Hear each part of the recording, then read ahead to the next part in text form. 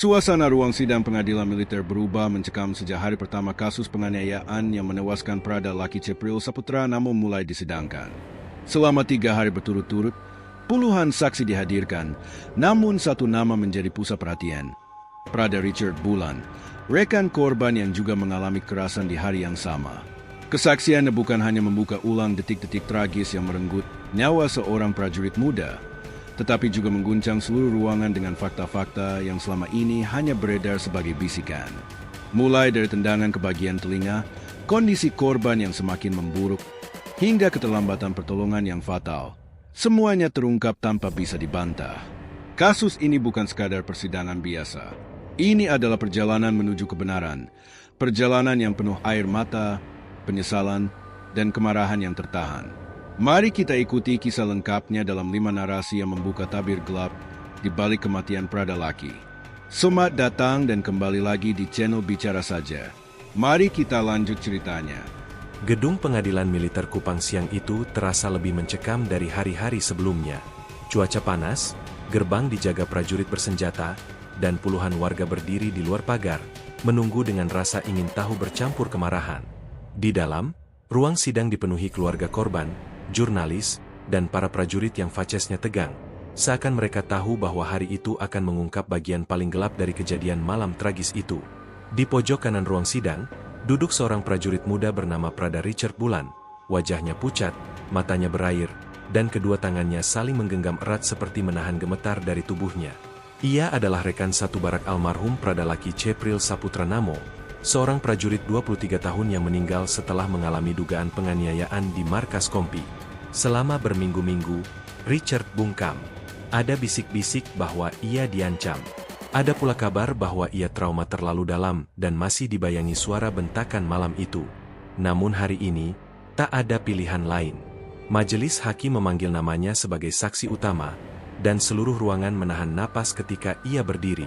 Ketika Richard melangkah ke mimbar saksi, langkahnya berat, punggungnya bungkuk sedikit, bukan karena fisik yang lemah, tetapi karena beban mental yang menumpuk sejak malam kejadian. Hakim ketua menatapnya, memberi sinyal agar ia duduk dan menenangkan diri. Namun ketenangan bukan hal yang mudah ia dapatkan. Setiap kali ia memejamkan mata, ingatan itu, suara teriakan, dentuman sepatu menghantam lantai, dan suara tubuh manusia dibenturkan, selalu kembali seperti rekaman yang diputar terus-menerus. Ketika mikrofon dinyalakan, Richard mengangkat wajahnya perlahan. Suaranya lirih, hampir tak terdengar. Semua terjadi sangat cepat, Yang Mulia. Ruangan langsung hening. Beberapa pena wartawan bergerak mencatat. Hari itu, Richard mulai menceritakan malam yang mengubah hidupnya. Malam ketika Prada Laki mengalami kekerasan yang kemudian membuatnya tak pernah bangun lagi. Ia mengatakan malam itu kondisi barak Kompi Batalion cukup tegang. Sejak sore sudah terdengar suara atasan yang marah-marah karena adanya laporan tentang keteledoran prajurit yang belum jelas siapa pelakunya. Laki saat itu hanya duduk di kasur tingkat sambil memperbaiki tali sepatu, tidak berbicara, seolah ia merasa ada sesuatu yang keliru tetapi belum tahu apa. Saat itu, Laki dipanggil keluar barak, ucap Richard. Dia sempat menoleh ke saya, seperti meminta jawaban. Tapi saya sendiri tidak tahu apa yang sedang terjadi. Laki berdiri dan keluar barak dengan langkah hati-hati. Suasana saat itu sunyi, sunyi yang menakutkan. Tidak ada satupun prajurit yang berani bertanya alasan pemanggilan. Di lingkungan barak, perintah atasan bukan untuk dipertanyakan, tapi untuk ditaati. Tak sampai 2 menit setelah Laki keluar, terdengar suara bentakan keras dari arah lorong. Suara yang membuat jantung para prajurit berdegup lebih cepat. Richard ingat bagaimana beberapa rekannya saling pandang, namun tak satu pun berani bergerak. Saya dengar suara sepatu menghentak, lalu suara seperti benda jatuh. Keras sekali, ujar Richard, tangannya mulai gemetar. Kami semua sudah tahu, sesuatu yang buruk sedang terjadi. Namun perintah jaga malam melarang siapapun keluar dari barak tanpa izin. Richard hanya bisa mendengar, tidak melihat. Suara bentakan itu terdengar jelas, suara seorang perwira. Beberapa menit kemudian, pintu barak terbuka. Seorang prajurit senior masuk dan memanggil Richard. Napasnya tercekat. Saya disuruh keluar, katanya, tanpa boleh bertanya apapun. Ketika Richard keluar lorong, ia melihat pemandangan yang sampai hari ini membuatnya sulit tidur. Laki berdiri di ujung ruangan, tubuhnya lemas, wajahnya pucat, dan pakaiannya berantakan. Di depannya berdiri sosok perwira, Letda Tharik Singajuru, yang hari ini duduk sebagai terdakwa. Raut wajah Letda Tharik saat itu sangat marah. Seperti ada sesuatu yang benar-benar membuatnya kehilangan kendali, ujar Richard. Laki tampak ketakutan. Ia berdiri kaku, matanya melihat lantai, tidak berani menatap siapapun. Richard tahu, saat prajurit dipanggil dengan nada seperti itu, pasti ada masalah besar, tetapi malam itu terasa berbeda. Atmosfernya lebih gelap, lebih mengancam, lebih seperti hukuman yang tidak wajar. Ketika Richard berdiri di samping Laki, ia melihat tubuh temannya itu gemetar. Laki sempat berbisik lirih kepadanya. Aku nggak tahu salahku apa, Ca. Bisikan itu masih terngiang jelas di kepala Richard sampai sekarang. Namun sebelum ia sempat menjawab, Letda Tharik mendekat dan membentak mereka untuk diam. Richard mengaku tidak pernah melihat wajah Letda Tharik sedekat itu. Mata yang melotot, rahang mengeras, dan napas memburu seperti menahan ledakan amarah yang siap dilepaskan sewaktu-waktu. Malam itu, saya merasa Laki sedang dalam bahaya, katanya. Dan benar saja. Detik-detik setelah itu menjadi awal dari tragedi kematian Prada Laki yang kini menjadi sorotan nasional. Semua yang terjadi setelahnya, tendangan, benturan, dan jatuhnya Laki ke lantai, akan terungkap dalam narasi berikutnya. Yang pasti, malam itu, di lorong barak yang gelap dan sempit, dua prajurit muda menghadapi salah satu momen paling mengerikan dalam hidup mereka. Dan hanya satu yang kembali dalam keadaan hidup. Richard masih bertahan dengan rasa bersalah yang menempel di dadanya. Kalau saja aku bisa melakukan sesuatu. Laki mungkin masih ada di sini. Hari kedua sidang dibuka dengan ketegangan yang jauh lebih tebal daripada hari sebelumnya. Udara di dalam ruang sidang seolah berhenti bergerak. Semua orang tahu, setelah narasi pertama Prada Richard yang mengungkap situasi malam kejadian, masih ada bagian yang lebih gelap dan lebih mengerikan yang belum ia sampaikan. Kursi-kursi kayu berjejer rapi, namun tidak satu pun yang terasa nyaman bagi siapapun yang duduk di atasnya. Di baris depan, keluarga Prada Laki duduk dengan diam yang menyakitkan. Ibunya memegang foto anaknya yang tersenyum di masa hidup, sementara ayahnya duduk tegak, rahangnya mengeras, namun matanya merah karena terlalu banyak menahan duka. Tak jauh dari mereka, para penasihat hukum, pengacara militer, dan prajurit lain yang menjadi saksi tambahan juga menunggu giliran mereka. Namun hari itu, semua mata hanya tertuju pada satu orang, Prada Richard Bulan. Ketika hakim memanggil namanya lagi untuk melanjutkan kesaksian, suasana langsung berubah. Seolah seluruh ruangan menarik napas bersamaan. Richard berdiri dengan langkah lebih mantap dari hari sebelumnya, namun tetap terlihat trauma. Bajunya rapi, rambutnya tersisir, tetapi lingkar hitam di bawah matanya menunjukkan bahwa ia tidak tidur sejak malam. Mungkin bukan hanya karena gugatan hukum ini, tetapi karena ingatan malam itu terus memojokkannya seperti bayangan yang tidak bisa dihindari. Prada Richard Bulan, ujar hakim ketua, lanjutkan kesaksian Anda mengenai kejadian malam itu. Beritahu majelis apa yang Anda lihat dan alami secara langsung. Richard menelan ludah. Mikrofon di depannya menunggu dengan sunyi. Baik, Yang Mulia, ujarnya. Saya akan ceritakan semuanya, tanpa saya simpan satupun. Kata-kata itu membuat jurnalis di belakang langsung menyiapkan kamera. Suasana berubah lebih tegang. Richard memulai dengan menceritakan bagaimana ia dan Laki sama-sama diminta keluar barak. Di lorong sempit markas itu, cahaya lampu kuning temaram membuat suasana seperti adegan film kelam. Bau keringat bercampur debu dan oli senjata masih sangat jelas dalam ingatannya. Ketika saya berdiri di samping Laki, saya bisa merasakan kalau tubuhnya menggigil. Laki bukan tipe yang penakut, tapi malam itu, dia benar-benar ketakutan, kata Richard. Hakim meminta Richard berdiri untuk memperagakan jarak antara dirinya dan Laki. Richard melangkah beberapa langkah, dan menunjukkan posisi mereka di depan Letda Tharik. Ada kami berdua di sini, Yang Mulia, katanya sambil menggunakan tangan untuk menunjukkan arah. Dan Letda Tharik berdiri di sini. Ketika hakim memintanya duduk kembali, Richard menarik napas panjang. Saat itu, lanjutnya, Letda Tharik terlihat sangat marah. Nada bicaranya tinggi. Laki ditanya soal kesalahan yang ia sendiri tidak tahu. Setiap kali laki mencoba menjelaskan, Leddat Harik memotong dan membentak lebih keras. Ruangan semakin hening. Richard kemudian mengatakan bahwa tiba-tiba laki diminta menghadap dinding. Laki patuh. Tubuhnya terlihat rapuh, seperti seseorang yang menunggu hukuman tanpa tahu apa kesalahannya. Setelah laki menghadap dinding, Leddat Harik mengambil helm dari rak dan melemparnya ke arah laki, kata Richard, suaranya bergetar. Helm itu mengenai bahu laki. Laki kaget, tapi dia tetap diam. Dia tidak melawan. Pernyataan itu membuat ibu laki menutup mulutnya sambil menangis. Ayahnya mengepalkan tangan, namun tetap berusaha tegar. Namun bagian yang paling mengejutkan belum keluar. Richard menunduk sejenak, seolah berperang dengan pikirannya sendiri. Ia tahu apa yang akan ia katakan selanjutnya bisa mengubah arah sidang. Namun ia juga tahu, jika ia tidak berkata jujur, kebenaran akan mati bersama laki. Yang mulia, Richard akhirnya bersuara, saya tidak hanya melihat kekerasan terjadi, saya juga mengalaminya.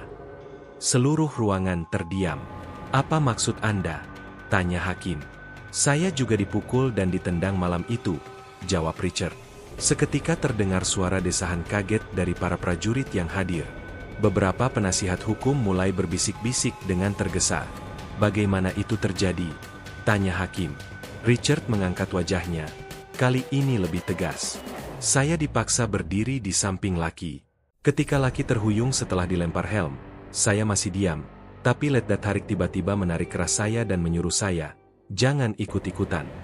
Saya belum sempat paham maksudnya. Lalu, Richard menyentuh daun telinganya sendiri, seolah rasa sakit itu masih tertinggal. Lalu beliau menendang saya, tepat di telinga kiri. Seluruh ruang sidang kembali bergemuruh. Hakim menghentak palu 3 kali. Tenang. Semua tenang. Namun ketenangan hanya berlangsung beberapa detik, karena setelah itu, Richard melanjutkan kalimat yang membuat suasana kembali membara. Dan setelah saya ditendang, laki juga mendapat tendangan yang sama. Wajah Richard memucat saat ia mengingatnya. Nadanya pelan, namun jelas. Tendangan itu keras sekali, Yang Mulia. Laki langsung terjatuh. Saya lihat darah keluar sedikit dari telinganya. Laki memegangi kepalanya, tapi tidak diberi waktu untuk pulih. Laki dipaksa berdiri lagi. Jeda panjang mengisi ruangan. Beberapa prajurit yang duduk di belakang tampak saling menunduk, karena mereka tahu betapa bahaya tendangan ke bagian kepala. Sementara keluarga laki menangis semakin keras. Hakim menunduk dan mencatat sesuatu, lalu berkata, keterangan Anda sangat penting, Prada Richard. Ini akan kami pertimbangkan dalam pemeriksaan lanjutan. Richard mengangguk, namun matanya masih berkaca-kaca. Ia menutup kesaksiannya dengan kalimat yang menusuk jantung semua orang yang mendengarnya. Saya tidak bisa menyelamatkan laki malam itu, tapi saya berharap kesaksian saya bisa menyelamatkan namanya. Hari kedua sidang ditutup dengan suasana muram. Namun satu hal kini jelas bagi semua orang. Apa yang terjadi pada malam itu bukan sekadar kekerasan biasa. Ada sesuatu yang lebih besar, lebih kejam, dan lebih sistematis yang terjadi di lorong barak kompi tersebut. Dan Prada Richard baru membuka pintu pertama menuju kebenaran yang lebih pahit. Keesokan harinya, ruang sidang sudah penuh bahkan sebelum acara dimulai. Desas-desus tentang kesaksian Prada Richard yang mengungkap adanya tendangan ke telinga, tidak hanya terhadap Prada laki, tapi juga dirinya, menyebar cepat. Banyak yang datang bukan hanya untuk mengikuti persidangan, tetapi untuk melihat wajah para terdakwa, terutama Leddat Harik Singajuru, yang oleh publik kini dianggap sebagai pusat perhatian dalam tragedi malam itu. Leddat Harik duduk di kursi terdakwa dengan ekspresi yang sulit dibaca. Wajahnya tetap tenang, atau setidaknya dikendalikan. Namun kedua tangannya yang saling menggenggam erat menunjukkan sesuatu yang tidak bisa ia sembunyikan. Ada rasa tegang, ada rasa khawatir, mungkin juga rasa bersalah. Tidak ada yang tahu pasti. Hakim memulai sidang dengan memanggil saksi tambahan untuk memperkuat keterangan Richard. Namun sebelum saksi lain memberikan pernyataan, majelis meminta Richard kembali maju karena ada beberapa hal yang harus ia jelaskan lebih detail, khususnya tentang kondisi laki setelah tendangan kedua mengenai bagian telinganya. Ketika Richard berdiri, seluruh orang di ruang sidang menatapnya. Namun kali ini, tatapan itu bukan sekadar penasaran. Ada rasa hormat, rasa simpati, dan rasa ngeri terhadap apa yang mungkin akan ia katakan. Richard menarik napas panjang sebelum mulai berbicara. Yang mulia, setelah laki mendapat tendangan di telinga, kondisinya langsung berubah. Tidak seperti sebelumnya. Hakim meminta Richard menjelaskan apa maksudnya. Kepalanya langsung miring, dan matanya mulai kehilangan fokus, ujar Richard. Laki memegangi sisi kepalanya, dan sempat mengatakan bahwa telinganya berdenging keras. Richard menggerakkan tangannya ke telinga kirinya sendiri untuk menggambarkan situasi itu. Ia menjelaskan bahwa denging di telinga setelah benturan keras adalah gejala umum dari trauma akustik, namun bisa berubah menjadi jauh lebih buruk jika mengenai titik tertentu di sisi kepala. Dia goyah, Yang Mulia, lanjut Richard. Laki mencoba berdiri tegak, tapi tubuhnya tidak bisa menyeimbangkan diri. Ingatan itu jelas masih menghantui Richard. Ia menunduk sejenak sebelum kembali melanjutkan. Setelah itu, laki muntah. Ruangan bergemuruh, dan hakim kembali mengetuk palu untuk menenangkan audiens. Muntah itu tanda awal gegar otak, Yang Mulia, jelas Richard. Saya tahu itu. Kami semua dilatih tentang pertolongan pertama. Dan kalau seseorang muntah usai mendapat benturan keras di kepala, itu bukan tanda yang boleh diabaikan. Pernyataan itu membuat istri Leddat Harik yang hadir di ruang sidang menutup wajahnya, sementara penasihat hukum terdakwa tampak menuliskan sesuatu dengan cepat. Hakim meminta Richard untuk menjelaskan kronologi setelah laki mulai muntah. Saya ingin membantu laki, tapi saya tidak diizinkan bergerak, katanya. Setiap kali saya mencoba mendekat, Leddat Harik mengarahkan tatapannya yang membuat saya tidak berani berbuat apapun. Sudut mata Richard berkaca-kaca. Ia berjuang menahan emosinya. Laki sempat memohon. "Cah, tolong, kepalaku sakit," katanya. "Tapi saya tidak bisa melakukan apa-apa. Saya hanya bisa berdiri di dekatnya tanpa bisa menyentuh atau menolongnya." Richard menunduk, dan beberapa saat ia hanya diam, seolah mengumpulkan kekuatan untuk melanjutkan kisah pahit itu. Saat itu laki mulai kehilangan keseimbangannya. Dia terjatuh ke lutut, lalu ke samping, ucapnya. Tapi bahkan ketika tubuhnya sudah lemah, laki tetap berusaha berdiri. Hakim menanyakan bagaimana reaksi Leddat Harik saat melihat laki kesakitan. Richard menarik napas dan berkata, "Saya tidak bisa membaca apa yang beliau pikirkan malam itu, Yang Mulia. Tapi, beliau tidak tampak berusaha menolong." Ruangan kembali tua hening. Setelah beberapa detik, Richard melanjutkan. Laki kemudian pingsan. Tubuhnya jatuh ke lantai tanpa bisa menahan diri. Saya mendengar suara tubuhnya membentur lantai beton. Itu suara yang sampai sekarang masih terngiang di kepala saya. Richard menutup mata, dan beberapa detik ia tidak berbicara. Setelah laki pingsan, barulah saya dikirim kembali ke barak, katanya.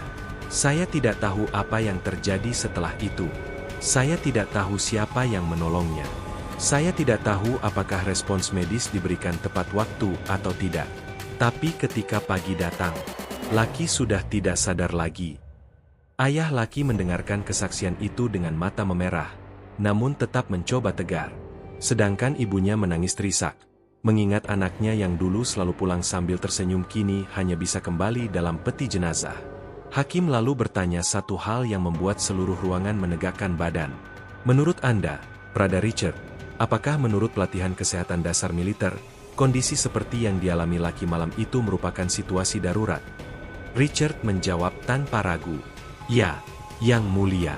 Kalau laki langsung dibawa ke medis setelah muntah dan kehilangan kesadaran, mungkin dia masih bisa selamat." Pernyataan itu jatuh seperti palu godam. Ruangan menjadi sunyi, bukan karena tidak percaya, tetapi karena kebenaran itu begitu berat. Di kursi terdakwa, Leddat Harik tampak menutup matanya sejenak. Tidak ada yang tahu apa yang ia pikirkan. Penyesalan? Amarah? Takut? Atau semua bercampur menjadi satu? Hakim mengakhiri sesi kesaksian Richard dengan suara tenang namun tegas. "Kesaksian Anda akan menjadi bagian penting dalam pemeriksaan lanjutan.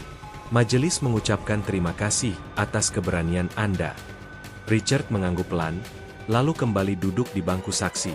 Tubuhnya terlihat ringan, seolah beban yang menindih dadanya selama berminggu-minggu mulai terangkat sedikit, meski rasa bersalah tetap tidak akan pernah hilang sepenuhnya. Di luar ruang sidang, wartawan langsung memadati pintu. Pertanyaan bertubi-tubi muncul, namun Richard tidak menjawab satupun. Ia hanya ingin keluar dari gedung itu, menjauh dari suara-suara yang mengingatkannya pada malam ketika ia tidak bisa menyelamatkan sahabatnya. Namun ia tahu satu hal, kebenaran baru saja memasuki fase yang lebih dalam. Dan tidak ada jalan kembali setelah ini. Ruang sidang siang itu terasa jauh lebih gelap daripada biasanya. Bukan karena lampu redup, tetapi karena atmosfer yang menggantung di udara. Lebih berat, lebih menekan, seolah setiap orang membawa beban yang tidak lagi mampu disembunyikan. Pada persidangan hari keempat itu, giliran kesaksian yang paling ditunggu sekaligus paling menegangkan. Saat Prada Richard diminta menjelaskan apa yang terjadi setelah tendangan ke telinga Prada laki, ketika kondisi korban mulai berubah drastis. Suasana ruangan seketika hening ketika hakim ketua mengetukkan palu 2 kali. Detik itu juga, semua percakapan berhenti. Para awak media mengencangkan pegangan kamera mereka. Keluarga Prada laki menahan napas, dan Letdat Harik yang duduk di kursi terdakwa tampak lebih tegang dari hari-hari sebelumnya. Saksi, lanjutkan kronologi setelah pukulan terakhir yang Anda lihat, perintah hakim dengan suara tegas namun tenang. Prada Richard menarik napas panjang. Kedua tangannya gemetar halus saat disilangkan di pangkuan. Setelah tendangan itu mengenai telinga kiri Prada laki, dia mulai goyah. Yang mulia, saya melihatnya seperti kehilangan keseimbangan. Ia berhenti, menelan ludah yang terasa seperti batu. Suaranya kembali pecah namun ia berusaha mempertahankan ketenangannya. Laki sempat memegang kepalanya. Saya dengar dia berkata pelan, pusing, gelap, sebelum akhirnya tubuhnya limbung dan bersandar ke dinding. Catatan penuntut umum bergerak cepat. Beberapa anggota majelis hakim saling bertukar pandang. Ayah Prada laki yang duduk di barisan depan tak lagi sanggup menahan emosinya. Ia menutup wajahnya, bahunya bergetar. Sementara ibu korban menggenggam foto anaknya erat-erat, seakan takut kehilangan untuk kedua kali. Hakim memberi isyarat kepada petugas untuk menenangkan keluarga, kemudian meminta Richard melanjutkan. Apakah terdakwa menyadari kondisi Prada laki saat itu? Tanya hakim. Richard mengangguk ragu. Letdat Harik sempat melihat ke arahnya, tapi beliau hanya mengatakan, bangun, jangan manja. Suaranya keras, seolah menganggap laki hanya berpura-pura. Di kursi terdakwa, Letdat Harik menundukkan kepala. Rahangnya mengeras. Sesekali ia menghela napas panjang, tetapi tak memberikan reaksi apapun. Lalu apa yang terjadi? Tanya auditor. Richard menatap lantai. Suaranya melemah. Laki sempat mencoba berdiri. Saya bantu menopang tubuhnya, tapi matanya sudah tidak fokus. Saya menyentuh bahunya. Tubuhnya dingin sekali. Dia tampak seperti tidak sadar penuh. Tapi Letdat Harik tetap memerintahkan kami untuk tidak menghentikan kegiatan. Ruang sidang kembali hening. Hening yang bukan sekadar diam, melainkan hening yang terasa seperti ruangan itu tak lagi punya oksigen. Apakah saat itu ada upaya membawa korban ke fasilitas kesehatan? Tanya hakim lebih lanjut. Tidak ada, Yang Mulia, jawab Richard lirih. Kami hanya disuruh melanjutkan latihan. Laki tetap duduk di dinding sambil memegang kepalanya. Saya ingin meminta izin membawanya ke klinik, tetapi saya takut. Saya takut disalahkan karena membantah perintah perwira. Beberapa anggota majelis hakim mengangguk pelan. Kalimat itu jelas menunjukkan suasana ketakutan yang selama ini diduga ada dalam lingkungan para prajurit muda. Richard melanjutkan dengan suara berat. Beberapa jam setelah latihan selesai, laki semakin parah. Dia muntah. Tubuhnya bergetar. Saya laporkan ke atasan langsung, tapi responsnya lambat, terlalu lambat. Ibu Prada laki menjerit kecil, memanggil nama anaknya berulang-ulang. Sidang kembali terhenti sejenak. Setelah keadaan kembali terkendali, hakim meminta Richard mengakhiri keterangannya dengan menjelaskan momen ketika ia menyadari situasi itu sudah sangat serius. Ketika saya coba memanggil laki, dia tidak menjawab. Matanya terbuka, tapi kosong. Saat itu, saya tahu sesuatu yang buruk sudah terjadi, tapi semuanya sudah terlambat. Ia terdiam. Ruang sidang menahan napas bersama-sama. Kemudian hakim menoleh ke arah terdakwa. Saudara Letdat Harik, apakah saudara ingin menanggapi kesaksian saksi? Letdat Harik menegakkan tubuhnya, menarik napas panjang, dan berkata dengan suara lirih namun terdengar jelas di seluruh ruangan. Saya tidak menyangka akibatnya sejauh itu. Saya menyesal. Saya mohon maaf kepada keluarga Pradalaki. Saya bertanggung jawab penuh. Ucapan itu tidak membuat suasana mereda. Justru semakin menusuk. Karena pengakuan itu datang di hadapan bukti yang tak bisa lagi diputar balik. Seorang prajurit muda telah kehilangan nyawanya. Sidang hari itu ditutup dalam suasana yang mencekam. Bukan oleh keributan, melainkan oleh keheningan paling mengerikan. Hening ketika semua orang menyadari bahwa satu kesalahan, satu tindakan kasar, telah merenggut masa depan seorang anak bangsa. Hari terakhir sidang sementara akhirnya tiba. Udara pagi di sekitar pengadilan militer terasa berbeda. Lebih sunyi, lebih tegang. Seakan tahu bahwa apa yang akan diputuskan hari itu bakal membekas dalam ingatan banyak orang. Ratusan warga kembali berdatangan, sebagian duduk di trotoar, sebagian berdiri sambil memeluk jaket karena angin pagi yang menusuk. Mereka menunggu, karena mereka tahu sidang ini bukan sekadar proses hukum, tetapi pencarian jawaban atas kematian seorang prajurit muda bernama Pradalaki Cepril Saputra Namo. Begitu ruang sidang dibuka, keluarga korban langsung masuk.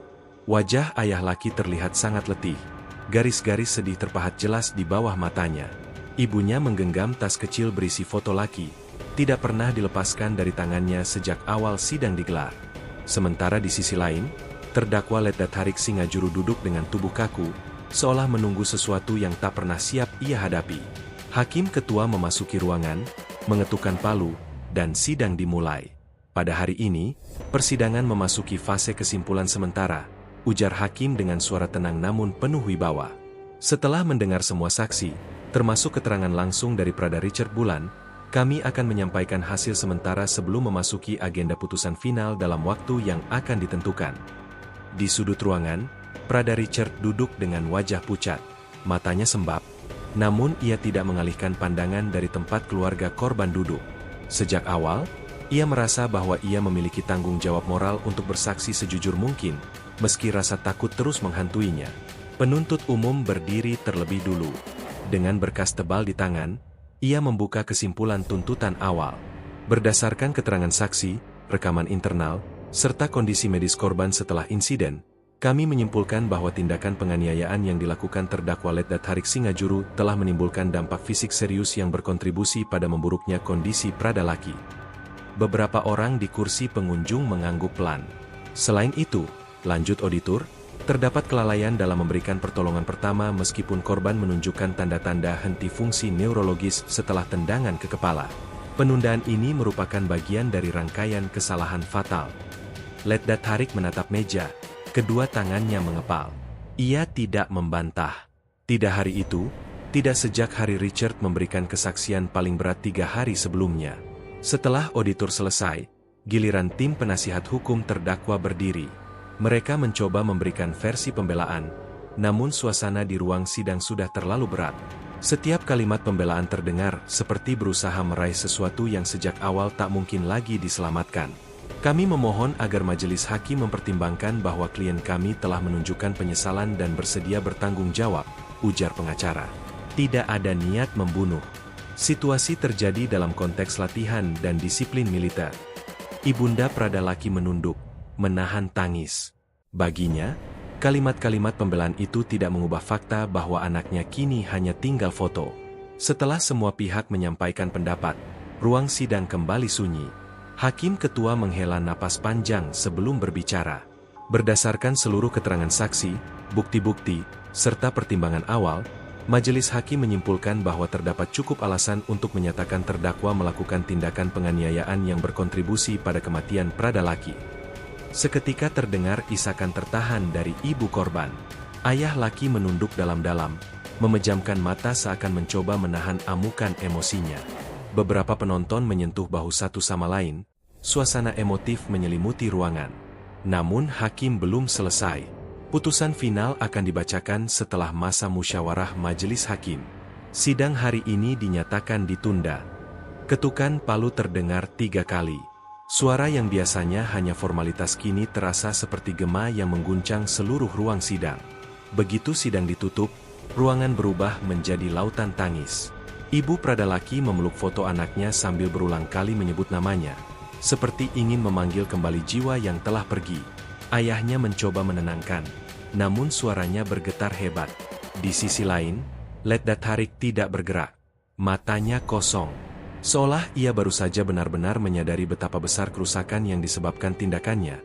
Kerusakan yang tak bisa diperbaiki oleh permintaan maaf manapun. Prada Richard berjalan pelan mendekati keluarga korban. Ia berdiri beberapa meter saja, ragu apakah keberadaannya akan menambah luka. Namun ayah laki menoleh, memandangnya lama, dan mengangguk pelan. Sebuah pengakuan bahwa keberanian Richard untuk bersaksi adalah bagian dari kebenaran yang mereka cari. Di luar gedung pengadilan, wartawan sudah menunggu. Namun keluarga laki keluar tanpa berkata apa-apa, hanya berjalan pelan ke arah mobil. Mereka tidak ingin memberikan pernyataan. Mereka tidak ingin menjelaskan apapun. Karena bagi mereka, hari itu bukan soal menang atau kalah di persidangan. Hari itu adalah hari ketika mereka kembali mengingat kenyataan pahit. Bahwa seorang anak, seorang prajurit muda, seorang anggota keluarga, telah pergi karena kekerasan yang seharusnya tidak pernah terjadi. Dan sampai putusan final dijatuhkan, luka itu masih terbuka, masih basah, dan masih terus mengalirkan rasa kehilangan yang tidak pernah mereda.